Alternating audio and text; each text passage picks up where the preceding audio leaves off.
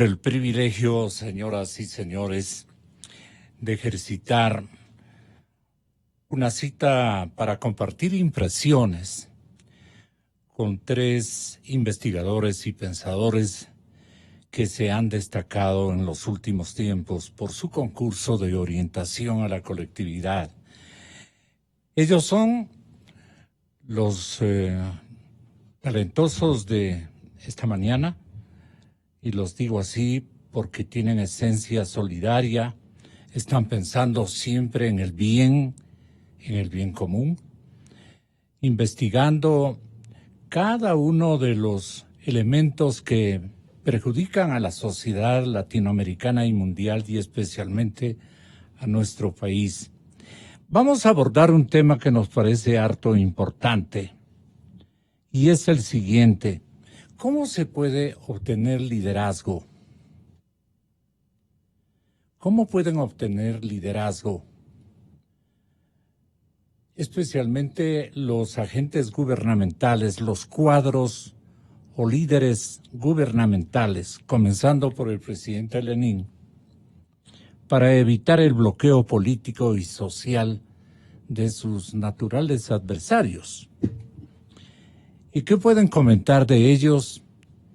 Y especialmente en su línea editorial e investigativa, ante esta en el Abrasador mexicano se ha manifestado afecto, esperanzado de que las cosas se vuelquen en favor de una causa política que él está como al acecho.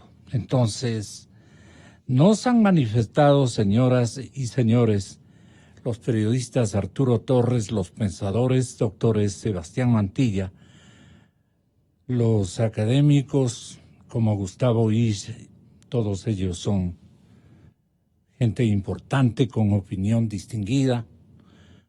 ¿Cómo se puede obtener liderazgo para evitar este ansioso bloqueo político y social que están intentando poner en ejercicio sus adversarios? Entonces, ayer, por ejemplo, se decía, y decía concretamente nuestro invitado, Arturo Torres, el señor Mashi Rafael se frota las manos desde su refugio provisional en México, convertido en su centro de operaciones, planificando acciones para dar un zarpazo.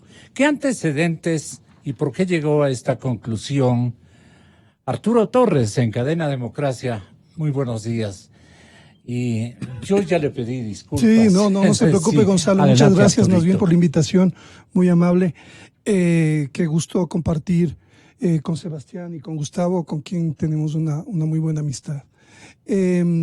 Bueno, básicamente hay muchos hechos relacionados con lo que ha estado pasando alrededor del expresidente Correa y cómo ha permanecido en una campaña sistemática para, de alguna forma, boicotear, torpedear las acciones del gobierno desde que hubo la ruptura en el 2017, eso es claro. O sea, hubo un quiebre y evidentemente lados, porque han habido varias crisis. Yo solamente menciono la crisis de la frontera norte, la de las cárceles, octubre, y evidentemente lo que vimos después, el posterior, es que siempre están preparando acciones porque saben que tarde o temprano se van a tomar medidas por la situación crítica que enfrenta el gobierno a nivel económico. Entonces, hay un guión que está listo, que está preparado, y sabemos que se activa básicamente y se cambian ciertas cosas, ¿no es cierto?, con el apoyo. ¿Cuál es el norte de ese guión? Bueno, de lo que yo he podido ver, y por ejemplo, concretamente del último hecho, Gonzalo, alrededor de Pablo Romero, del ex jefe de la CNAIN. España y Podemos se vuelven actores preponderantes muy importantes para Correa, para intervenir en ese proceso, porque para Correa Pablo Romero es un individuo clave que conecta con muchas cosas que pasaron en la CNAIN y la relación con su gobierno. Entonces, Desde junio del año pasado, yo tengo documentado esto que estoy comentando, desde junio pasado, el expresidente Correa tenía relación, coordinaciones constantes Claro, le con... dio $150,000, ustedes recordarán, de los fondos de propiedad del pueblo ecuatoriano para sus jornadas proselitistas, Claro, y con la Pablo ayuda Iglesias. solidaria. Así es. Sí. Y los fondos no solamente... A Pablo Iglesias. A Pablo le dio Iglesias, y no solamente los fondos $150,000. llegaron de acá, sino de Venezuela, ¿no es cierto?, de Bolivia. O sea, entonces ahora, en este esquema, Gonzalo, este antecedente es importante para entender cómo Podemos, que ya llega al poder, ¿no es cierto?, es el segundo vicepresidente Iglesias, y él hace todo lo posible, por ejemplo, para que no se concrete la extradición, pero sobre todo, él es el que tiene un lobby importante en Europa para que no se le detenga a Rafael Correa por los juicios que tiene pendientes y por las órdenes de prisión que se le han expedido. Entonces hay un lobby muy poderoso y un posicionamiento en el imaginario de Correa como un líder revolucionario perseguido, lo que, por cierto, atenta contra la institucionalidad ecuatoriana. O sea, la justicia no es creíble afuera, porque se cree que Rafael Correa, por ejemplo, en España y en ciertos países en los que se hicieron un muy buen lobby, por cierto, ¿no? Durante los 10 años del correísmo. O sea, a nivel internacional se montó una campaña aparataje para posicionar la figura de Correa como un líder emergente, ¿no es cierto?, que iba a reemplazar a Chávez con la izquierda. Entonces, eso todavía cala en Europa, de lo que yo conozco. Voy a este antecedente, ¿para qué? Para comprender lo que está pasando ahora también en México. Entonces tenemos en España Podemos como un aliado importante, Rusia, también el presidente Correa se ha estado moviendo en Moscú, ha viajado a Moscú. Entonces, tenemos un aliado importante que es Rusia, que no aparece, pero está. España con Podemos y los partidos de izquierda. México con el presidente mexicano, que básicamente ha dado todas las facilidades para que toda la gente que está enfrentando procesos en Ecuador o que se siente que hay una persecución que ellos denuncian, también está en México. Y ahora mismo están planificando, porque la próxima semana es el Foro de Sao Paulo en México. Rafael Correa se ha movido sistemáticamente, ahora está tiene como base México. Ahí se reúne con personajes de diferentes partidos, sobre todo de izquierda, y también tienen una planificación para hacer empresas, ¿no es cierto?, alrededor de toda esta red política que están tendiendo, y no olvidemos las alianzas con Venezuela, con Nicaragua, con Cuba. Entonces, eso no es menor, más bien es un problema o sea, más bien, dentro del juego político, ¿no es cierto?, Rafael Correa tiene aliados muy importantes y sabe cómo mover sus fichas, y sobre todo entiende que el gobierno es muy débil. Hay un vacío de poder, y eso es muy bien aprovechado por Rafael Correa, que ahora ve en todos estos desaciertos, en todos estos desatinos del gobierno, un aliado para fortalecer su posición política, que evidentemente vivimos durante 10 años, pero una cosa que no se le puede cuestionar a Correa es su liderazgo. O sea, tenía un liderazgo fuerte, cuestionado como personaje por todos los temas de corrupción, es un prófugo de la justicia y todo eso, pero ahora lo que se nota es este desbalance, ¿no es cierto?, de haber tenido un presidente que estaba en todo y que lo controlaba todo, a un presidente más bien ausente, intermitente y esporádico en sus acciones. En un audio que presentó Fernando Balda, se puede escuchar cómo, mediante un lenguaje codificado, da instrucciones, señores oyentes, para que coordine con Pablo Iglesias sobre el caso de Pablo Romero, quien nos presentó Fernando Balda. ¿A quién se va a escuchar la coordinación? Rafael Correa. No, quería que lo diga usted. Sí, eso es muy importante y quiero que lo comenten los compañeros investigadores y periodistas don Sebastián Mantilla y don Gustavo Isch. Miren ustedes, el audio que presentó Fernando Balda es el siguiente. Juli, acabo de hablar con Pablo Iglesias, me dice que por favor le mande una ayuda a memoria muy sucinta sobre el caso del amigo, del vecino. No sé si tú puedas contactarlo y que me mande eso. Un fuerte abrazo. Por decir algo, es una plática, yo sí la escuché íntegramente, es dilatada, conversan ítems interesantes desde el lado periodístico, pero desde el lado social y político muy preocupantes. Está en todas. Solamente se ha dedicado a buscar cosas, a buscar coyunturas para perjudicar a la democracia ecuatoriana y naturalmente al actual presidente. Entonces, Sebastián, si es tan amable. Gonzalo, gracias por la invitación, un gusto estar aquí. ¿Qué nota usted allí en esa plática que lo vamos a repetir este mismo instante para los que siguen siendo sordos en el Ecuador? Julia, acabo de hablar con Pablo Iglesias, me dice que por favor le mande una ayuda a memoria muy sucinta sobre el caso del amigo, del vecino. No sé si tú puedas contactarlo y que me mande eso. Un fuerte abrazo. Y así una serie de mensajes que hemos oído, porque nos preciamos de ser investigadores de siempre, especialmente ustedes. Gracias, Gonzalo, un gusto Sebastián. estar aquí. Igualmente compartir esta mesa con Arturo y con Gustavo. Bueno, usted ve que intereses y se está jugando, yo diría, como el futuro político y el futuro del mismo presidente Correa.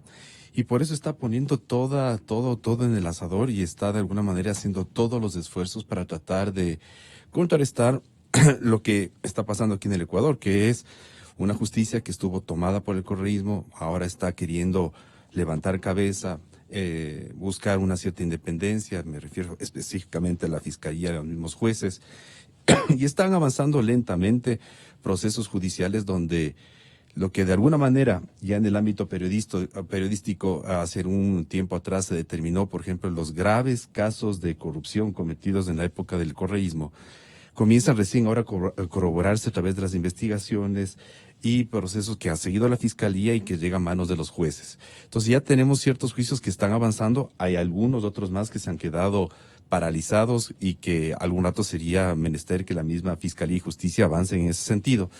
Pero aquí le digo, se juegan intereses muy grandes y el mismo presidente Correa, el mismo futuro político del presidente Correa está en juego.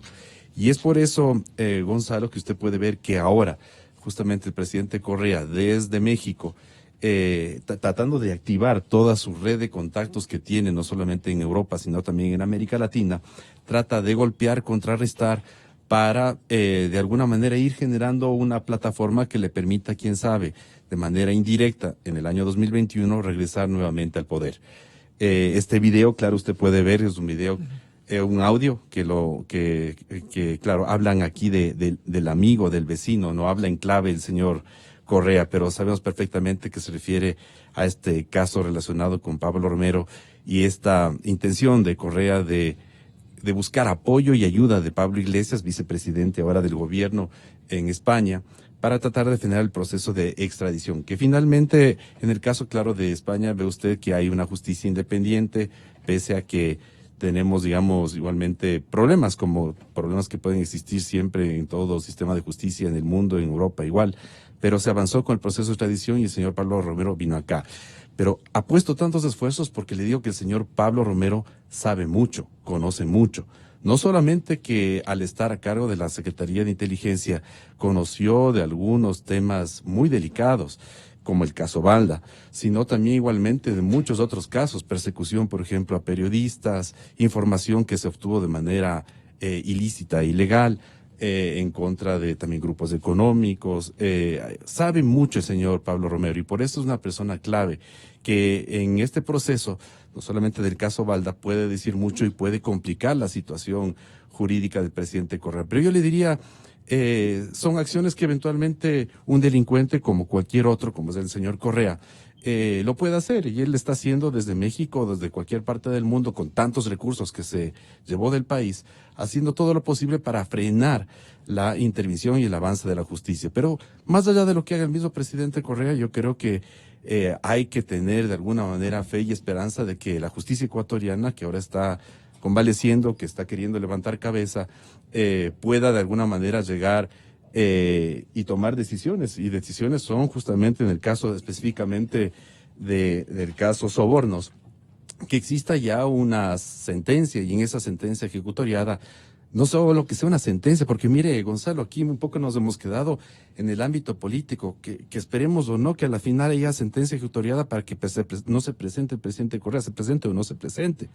El señor Correa se ha saqueado el país, y no solo que saqueó el país, sino que persiguió a periodistas, a líderes indígenas, a una serie de personajes y ciudadanos ecuatorianos.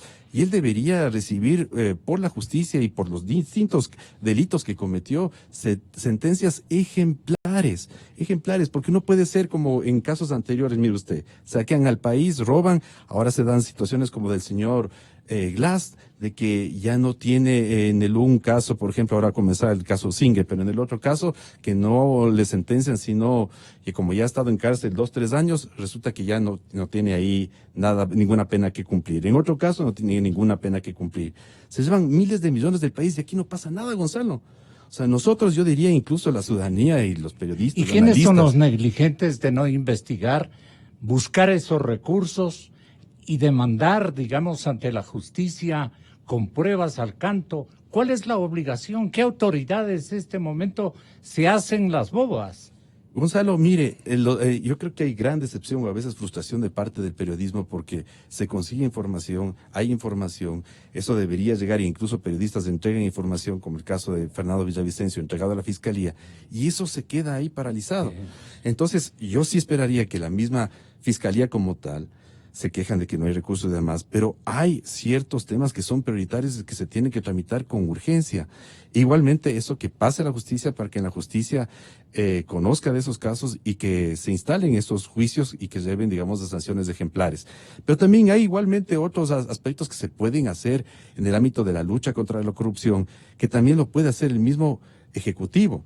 Cuando comenzábamos el programa, usted hacía referencia al tema del liderazgo. Yo creo que hay distintos tipos de liderazgos. Claro, Correa tenía un liderazgo, un cierto tipo de liderazgo autoritario. Yo creo que, por ejemplo, el presidente Moreno tiene hasta cierto punto, pues, un liderazgo distinto, diferente. No es gritón, no es arbitrario ni prepotente.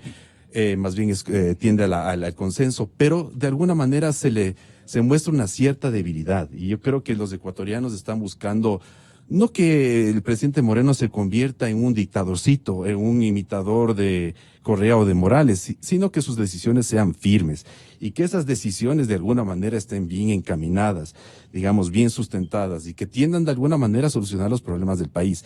En los temas, por ejemplo, de corrupción, el presidente Moreno habló de un tema de la lucha contra la corrupción que todavía está pendiente, Gonzalo. Una secretaría de la corrupción que se ha creado por ahí que no sabemos qué es lo que hace. El titular y la gente que está alrededor de esta secretaría no sabemos quiénes son, no sabemos qué nos están proponiendo. Y creo que en ese sentido, le digo, Gonzalo, se puede hacer mucho, desde, emprender iniciativas de lucha contra la corrupción, buscar mayor transparencia, pero también se pueden plantear igualmente, que le digo, reformas a ciertas leyes para que con esas reformas a ciertas leyes se pueda eventualmente buscar mayores sanciones a los corruptos que han usurpado los recursos económicos del país. Entonces creo que en ese sentido se puede hacer también mucho, y yo esperaría también, ahorita una situación también delicada como la actual, de que el presidente Moreno de alguna manera asuma, digamos, un poco la responsabilidad. Y yo ahí quería mencionarle, Gonzalo, un tema que no está tan relacionado a pero que es importante. Yo incluso por la situación, por ejemplo, económica que ahorita vive el país, que es una situación muy delicada, al igual que la situación, por ejemplo, esta de salud sanitaria que tiene que ver con la expansión del coronavirus, que es muy delicada. Creo que tenemos gente que opina, que dicen que no hay que preocuparse, otros que dicen que sí hay que preocuparse, si es que ya de alguna manera hay una cuarentena en Italia, ya hay algo en España, ya pasó situaciones, digamos, de tratar de contener la situación en China, tomando medidas bien duras. Yo creo que ha de ser por algo, ¿no? No creo que ha de ser una situación de que el coronavirus es una gripe más. No es una gripe más. De lo que yo tengo información, es una virus altamente contagioso y altamente letal. Y tendríamos que estar preocupados. Gonzalo, mejor estar bien preparados que no. Mejor hacer todas las iniciativas que podamos hacer para contener y evitar que ciudadanos nuestros sean contagiados y mueran. Preferible hacer todo eso a que se den situaciones lamentables. Y en ese sentido, Gonzalo, yo quería decirle, esto se puede incluso asemejar a una situación tan delicada como la guerra del CENEPA, la guerra con el Perú. Sí. Necesitamos todos los ecuatorianos unirnos en función de esta problemática que nos aqueja a todos. Y ahí tiene y puede cumplir un papel fundamental y debe cumplirlo. Aunque eventualmente nos quejemos de que el presidente Moreno tiene un liderazgo débil, tiene que asumir su responsabilidad histórica de al país sacar adelante y tomar decisiones acertadas frente a la situación económica y frente al problema del coronavirus. Doctor Gustavo Isch, usted tiene la palabra. Buenos días, Gonzalo. Muchísimas gracias por la invitación. Un saludo a la audiencia y un gusto compartir este panel con querido amigo Arturo y con Sebastián. Me parece que sí, el tema de Correa sigue siendo gravitante en medio de la circunstancia en la que nos encontramos, pero considero que no hay que perder de vista algunos otros aspectos que son fundamentales para entender precisamente la necesidad de que el país cuente con certezas y con un estilo de liderazgo que nos permita afrontar el escenario en el que nos encontramos todos en este momento. Creo que es absolutamente imprescindible que en estos momentos del gobierno del presidente Moreno ejerza el liderazgo al menos en 3 campos que son fundamentales, ¿no? En el tema económico, en el tema político y en el tema social. En el tema económico se requiere sensatez, se requiere prudencia y se requiere firmeza. Yo he escuchado muchos criterios y muchas evaluaciones cuestionando las medidas económicas tomadas por el gobierno del presidente Moreno, acusando de que fueron medidas muy tibias, de que fueron medidas muy débiles, que no son suficientes, que deberían haberse aprovechado el momento para tomar medidas estructurales. Eso es no entender la política, con el debido respeto a las personas que tienen una opinión distinta. Porque si aprovechábamos, entre comillas, ese momento para tomar medidas estructurales, este momento no había gobierno nomás. Este momento no había la estabilidad que nos permite estar dialogando y estar confrontando ideas tan importantes como las que se debaten en este espacio, en esta prestigiosa radio. Tiene que ser prudente porque esa prudencia en lo económico viene de la mano del tiempo. Estamos perdiendo de 8 y potencialmente 12 millones de dólares diarios por la caída del precio del petróleo. Aproximadamente estamos hablando de 350 millones de dólares al mes. Aquí hay recursos que van a venir originados en el pago del impuesto a la renta, por ejemplo, que nos van a dar respiro hasta el mes de julio, que no son pagos que debían estar destinados al manejo del déficit, sino al manejo presupuestario directamente. Sin embargo, nos van a permitir tener ese oxígeno, ese manejo del tiempo, ¿qué es lo que nos va a dar? Y lo que yo pido que se reflexione es en la necesidad de que se desarrollen otro tipo de medidas que se permita oxigenar estas estrategias para que el gobierno pueda encontrar canales para renegociar capitales de intereses de la deuda, que son lo que nos están comiendo. Okay. En la política. Y perdón, el tema de la firmeza. Yo ya he escuchado también en otro nivel, he escuchado a algún asambleísta decir que hay que defender a la clase media. Acaba de publicarse el día de hoy la información respecto a que la Asamblea no aprueba y no va a apoyar la posición del régimen en el sentido de gravar a los vehículos que cuestan un poco más más de $20,000 y un impuesto a los funcionarios públicos de determinados niveles. Yo me pregunto, ¿qué es lo que queríamos o qué es lo que queremos? Que a cuenta de reducir el Estado se bote a la calle a cientos o a miles de nuevos funcionarios, o que tomemos esas medidas extremas desde una perspectiva de economía o de política más liberal, pretendiendo que de esa manera vamos a salir de la crisis. Lo que hace la Asamblea es quemar tiempo, precisamente cuando más necesitamos un tiempo para dialogar, para consensuar. Y ahí creo que ha habido un error por parte del gobierno. El gobierno podía haber tramitado leyes. No ve la cara al Litardo. Claro, ayer lo comprobé. El gobierno podía haber emitido algunas leyes o algunas medidas que no necesariamente tenían que pasar por una asamblea muy desprestigiada y donde sabemos que hay casi el 50% de asambleístas que van a dejar de ejercer su cargo en las próximas elecciones del 21, si llegamos a tener elecciones al 21. Muchos de ellos podrían estar quemando tiempo en una perspectiva de sus intereses particulares de cara al 21. Me parece que eso es absolutamente irresponsable con la circunstancia que está atravesando el país. Creo que en política el gobierno necesita, sí, tener inteligencia, tener apertura, pero sobre todo debería garantizar, por ejemplo, transparencia electoral, pues. Transparencia en lo que se viene. porque tenemos una serie de actores, el mismo correísmo, ¿no?, que están enfocados en las elecciones del 21. Y en el Consejo Nacional Electoral. Por supuesto, la transparencia tiene que venir desde ahí, y esa es una institución que deja mucho que desear, y no ahora, desde hace rato. El tufo del fraude se ha instalado en esa institución, y eso debe ser eliminado de cara al 21, porque, insisto, esa serie de actores políticos, entre ellos el mismo correísmo, están apostando en función de lo que puede ocurrir o no en el 21. Creo que tiene que tener coherencia, pues, el gobierno, coherencia política. Y finalmente, en lo social, me parece que debe tener la capacidad en este momento tan difícil, de cohesionarnos a todos, de cohesionar a los ciudadanos que apostamos por la democracia, a los ciudadanos que apostamos por entender que aquí no se está jugando la estabilidad del gobierno. Aquí, en este momento de crisis, no está contra las cuerdas del señor presidente Moreno. Aquí le están tratando de poner contra las cuerdas al país entero, a la democracia entera. Gracias, la responsabilidad Fabito. es de todos, no es solamente de uno de los sectores, no es solamente ni del presidente ni del gobierno en su conjunto. Aquí jugamos todos. Fernando Balda daba a conocer mediante un video que lo vamos a retransmitir en la parte que nos corresponde porque no tenemos mucho tiempo. Y hoy tienen que cederme un poquito más de tiempo los compañeros de programa. Como este video que explica cómo el expresidente Rafael Correa y Pablo Romero se comunicaban. Esto explica Balda. Ha quedado claro que Rafael Correa y Pablo Romero se comunican en clave, con seudónimos, y se llaman mutuamente vecino.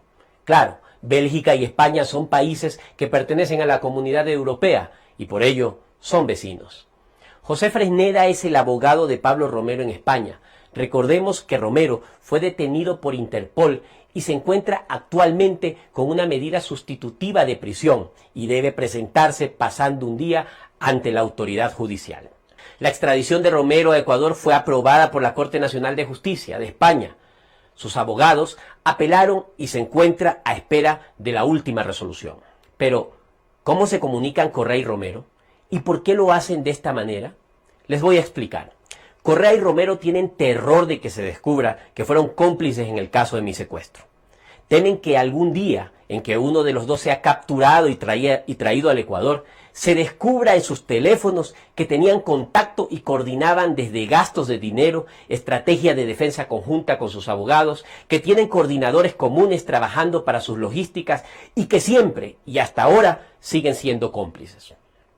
Entonces usan una intermediaria para comunicarse. Correa le escribe al teléfono de la intermediaria y ésta a su vez le envía el mensaje a Pablo Romero y viceversa.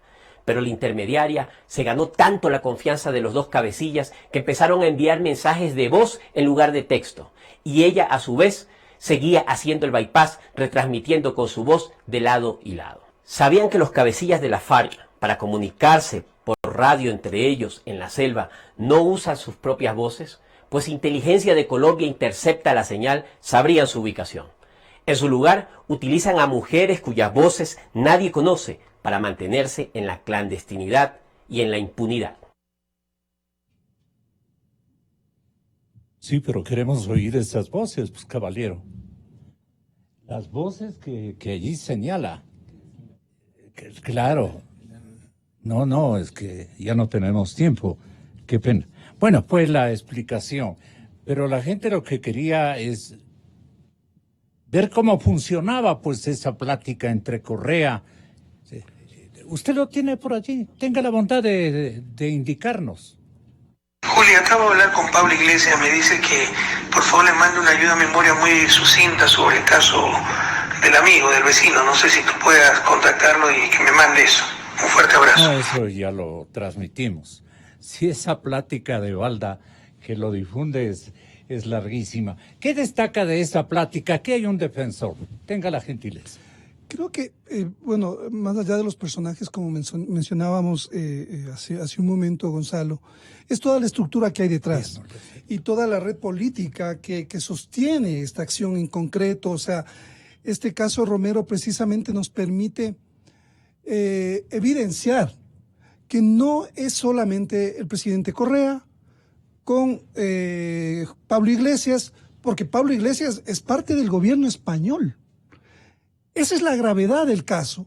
Y con esas acciones lo que se está investigando, por ejemplo, en España es si él pudo haber estado interfiriendo en la justicia española, lo que puede haber sido un delito, porque había un proceso para extraditar a un prófugo de la justicia ecuatoriana.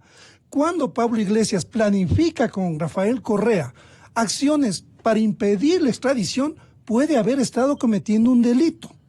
Lo mismo Rafael Correa. Entonces, esto es muy importante para entender qué además está jugando cuando se destapan estas cartas, porque en Europa yo entiendo que se pueden abrir procesos judiciales por interferencia en la justicia, ¿no es cierto?, en este caso. Y sobre todo lo que a mí me preocupa, Gonzalo, es cómo todas estas acciones concertadas son realizadas por países supuestamente democráticos que están atentando contra la institucionalidad y los poderes en el Ecuador. Decía hace un momento, o sea, ¿qué tipo de justicia se está viendo hacia afuera y los mismos gobiernos? Empezando por el de México, ojo, que ha dado refugio y asilo a tantas personas indistintamente de saber si es que hay o no hay elementos para enjuiciarlos, si es que hay evidencias.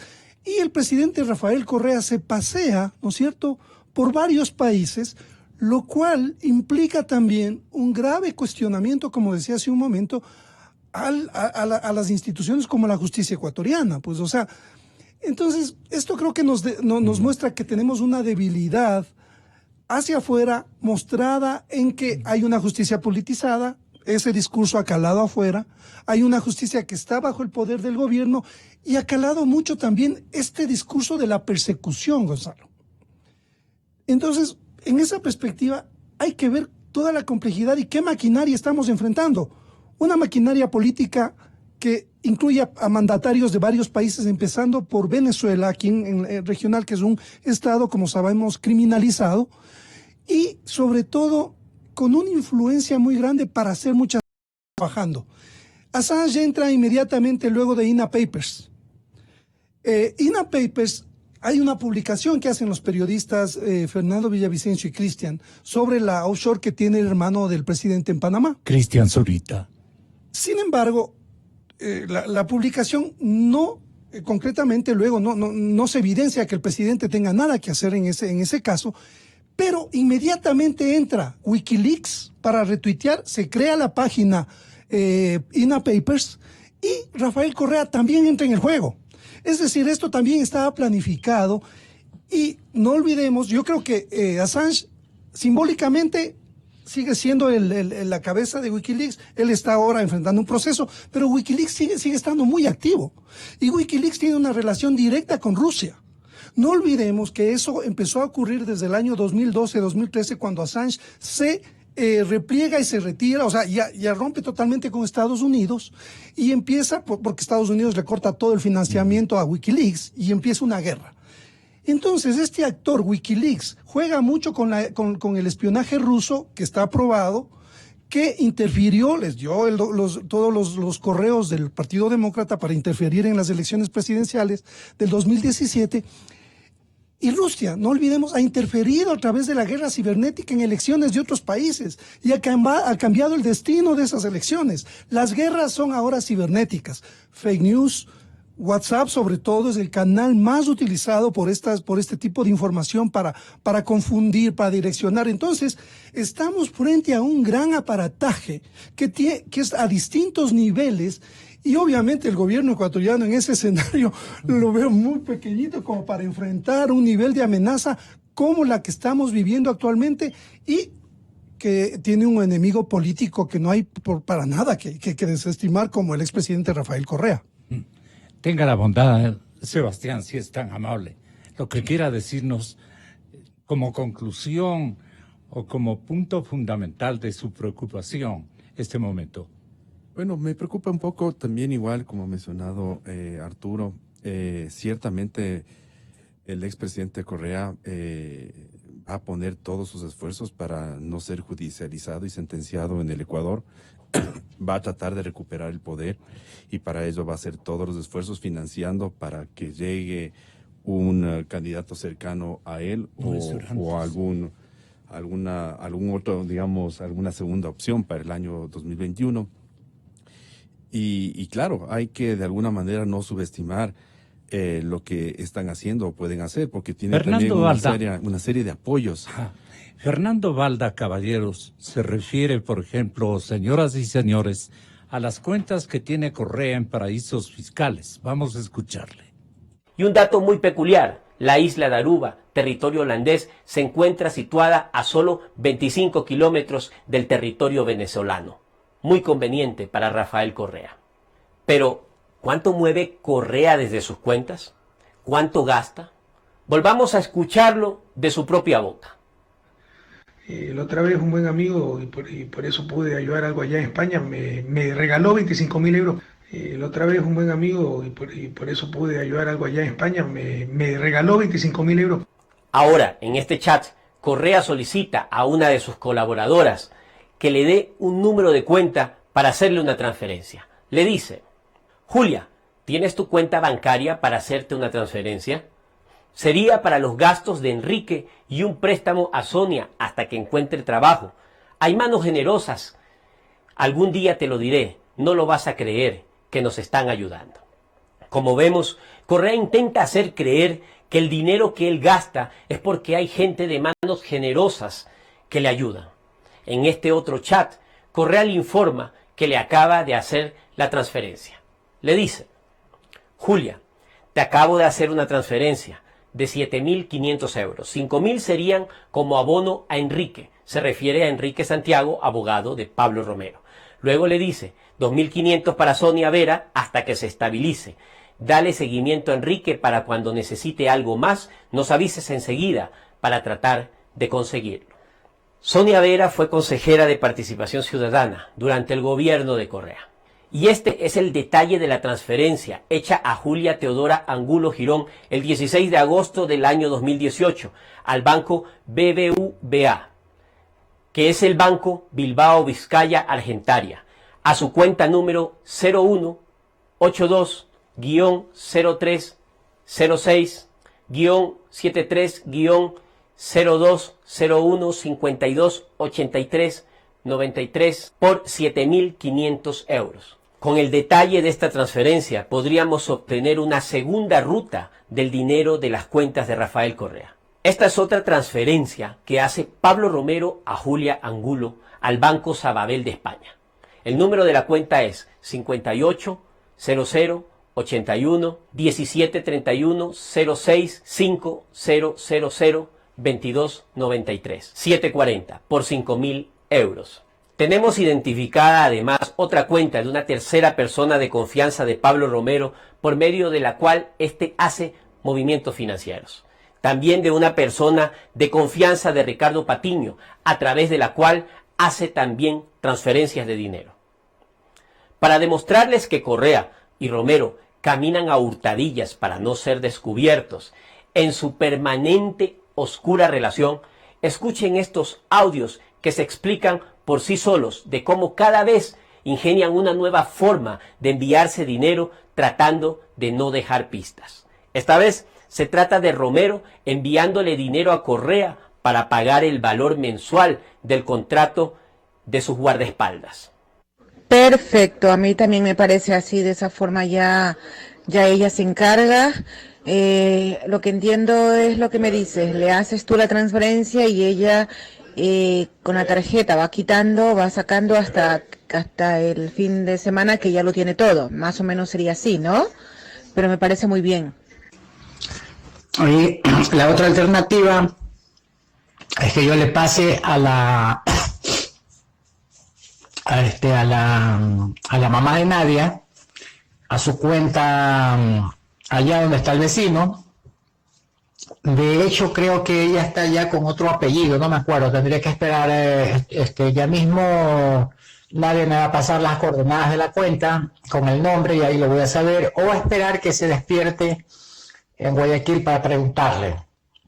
Entonces, transferirle a ella y ella le transfiere directamente al vecino. Esa puede ser también la otra opción. Están escuchando.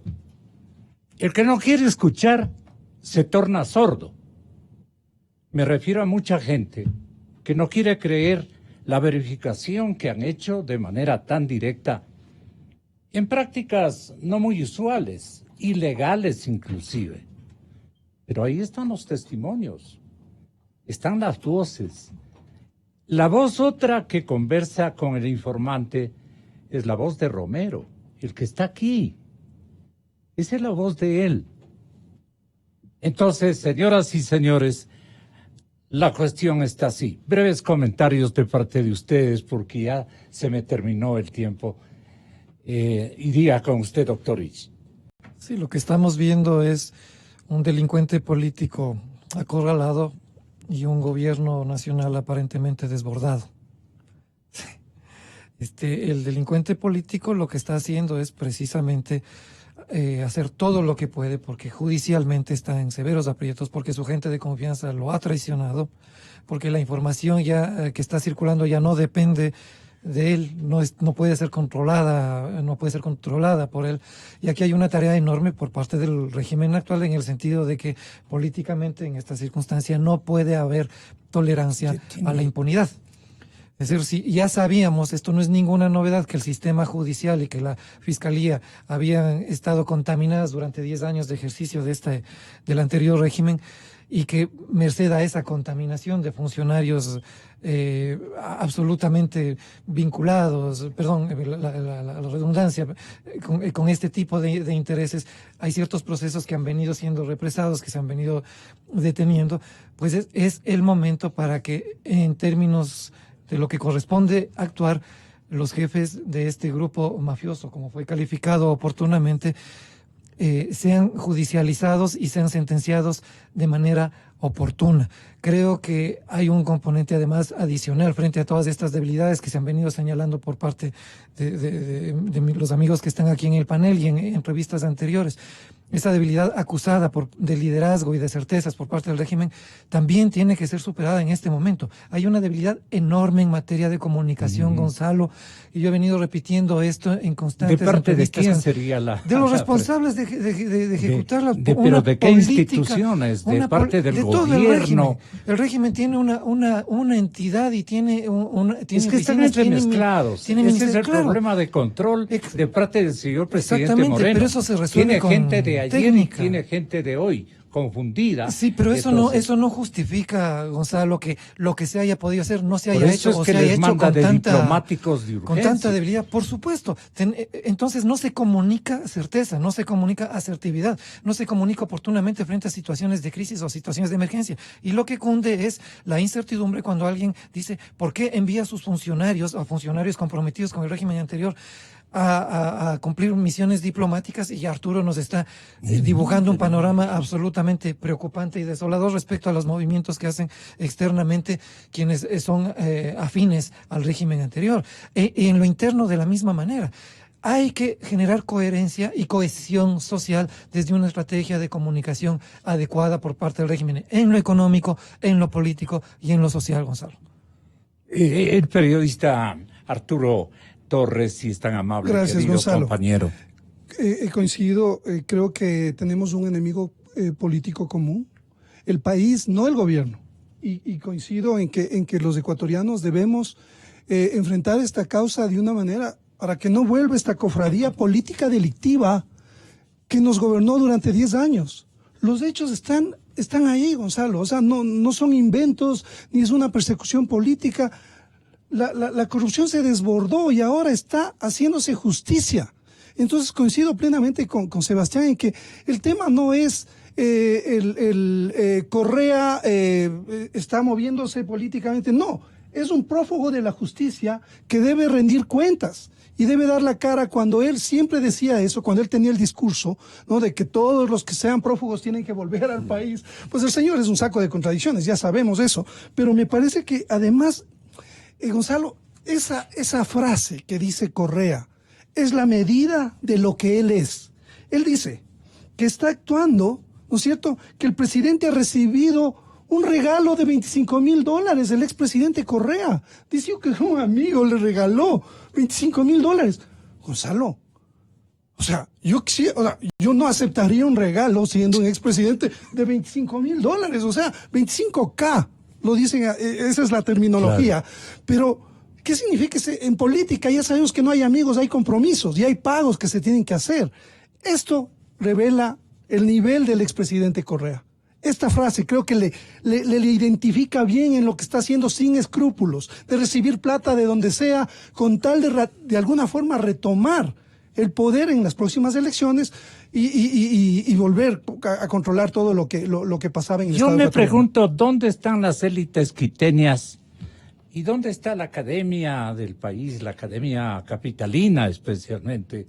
Con todos estos, los periodistas somos los únicos que estamos dando ustedes, que estamos arriesgando todo por esclarecer un acontecimiento. No tenemos nada que ver con el devenir político de nadie, ni siquiera de nuestro país, porque nosotros no estamos configurando una instancia de sucesión a esta realidad que hasta nuestros hijos y nietos van a maldecir por siempre, porque es el raterismo más grave que ha tenido la República desde que yo me acuerdo y he leído la historia del Ecuador, la historia republicana del Ecuador, la etapa gubernamental. Pero en fin, unas palabras finales de parte suya, doctor Mantilla. Gonzalo, yo creo que más allá de la situación, digamos, delicada en el campo económico, en el campo político, en el campo social, yo creo que por toda la dimensión de todas esas problemáticas, algunos sectores están como abrumados y están, yo diría, como muy preocupados por la situación, y eso no Pero sé están si construyendo un futuro tobogán de parte de la gente. Entonces yo no sé si eso ha llevado a una situación de inacción y demás. Pero creo que más allá del tema, igual yo le diría que uno de los graves problemas que tuvo el correísmo, más de haber saqueado el país, llevarse miles de millones de dólares, es de que tocó éticamente a muchos sectores de la sociedad. Es decir, el tema ético, el tema de los valores, el tema de la honestidad, el tema del trabajo, el tema de los principios y valores, yo le diría que eso quedó medio como al lado. Es como que fuimos contaminados o fueron contaminados ciertos sectores por este tema de la corrupción, del dinero fácil. Y muchos de esos sectores de algún rato también participaron durante 10 años. Me refiero a élites económicas, políticas y demás. Entonces no tienen la cara transparente o no tienen, que le digo, la ética para ahora sí hablar claramente y proponer al país una serie de circunstancias. Yo siempre he creído que un país sale por sus fueros y sale por lo que es su sociedad, pero también por lo que son sus élites. Lamentablemente yo le diría que si uno ve la historia de la vida republicana, yo diría que en nuestras élites les ha faltado más luces, más brillo, más visión y más visión estratégica. Creo que también más coraje, ¿no? Sí, y creo que eso es lo que ahorita está faltando, Gonzalo, porque ahora, frente a la situación delicada en el campo económico, en el tema sanitario, por el tema del coronavirus, necesitamos, de alguna manera, unirnos todos para proponer salidas alternativas para el país. ¿Qué nos acecha, Arturo? O sea, tenemos varios frentes. Como vemos, el tema económico es ahora crucial, pero también el de salud con lo de coronavirus. Pero, por cierto, yo también quiero ser positivo. La noticia del día es China controló. O sea, ya llegó a un pico el tema del contagio y ellos están ya cerrando los hospitales. Están prácticamente declarando que han derrotado a esa amenaza. Eso se hace en un país organizado, Gonzalo. En un país donde se comprometen, más allá de que se cuestione el modelo ideológico chino. Donde cada uno cumplimos con nuestras obligaciones. Exacto, o sea, en China empezó esto y ahora ya está controlado. ¿Cuánto es? ¿Un mes? Cerca de un mes, evidentemente.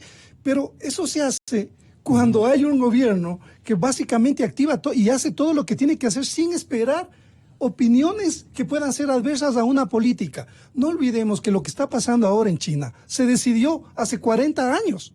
O sea, se vuelve una potencia por una planificación que viene durante décadas. Ahora, esta potencia emergente que se va a convertir en la primera potencia mundial dentro de los próximos 5 o 10 años, Gonzalo, nos está mostrando hacia dónde tienen que ir los países con planificación, con prevención, con activación inmediata de disposiciones que se cumplen a todo nivel. No puede ser discrecional que los ciudadanos se les dice, oigan, no van a ir a la escuela y ahora están pensando en farrear. Su exhorto, con sus Gustavito. amigos, o sea. Su exhorto, Gustavo. Absolutamente de acuerdo en el sentido de que hay que establecer una línea de conducta coherente que empiece por quienes tienen la responsabilidad de administrar los destinos de la nación.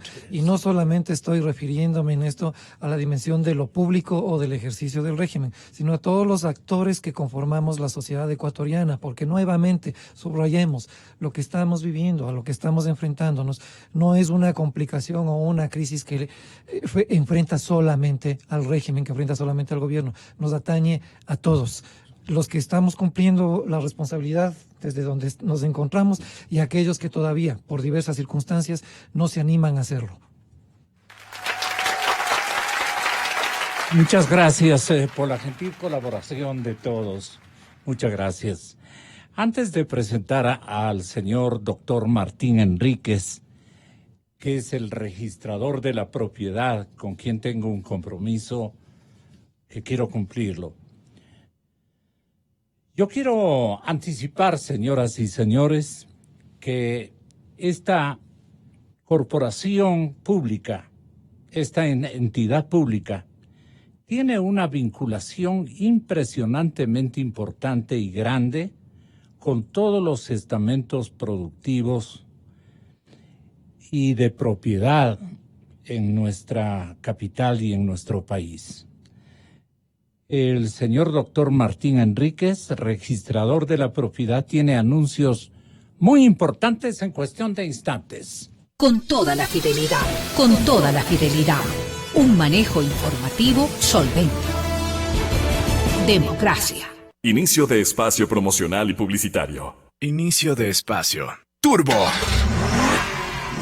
Siente de cerca el poder del nuevo Chevrolet Onix Turbo. Ven este sábado 14 y domingo 15 de marzo al Parque Bicentenario.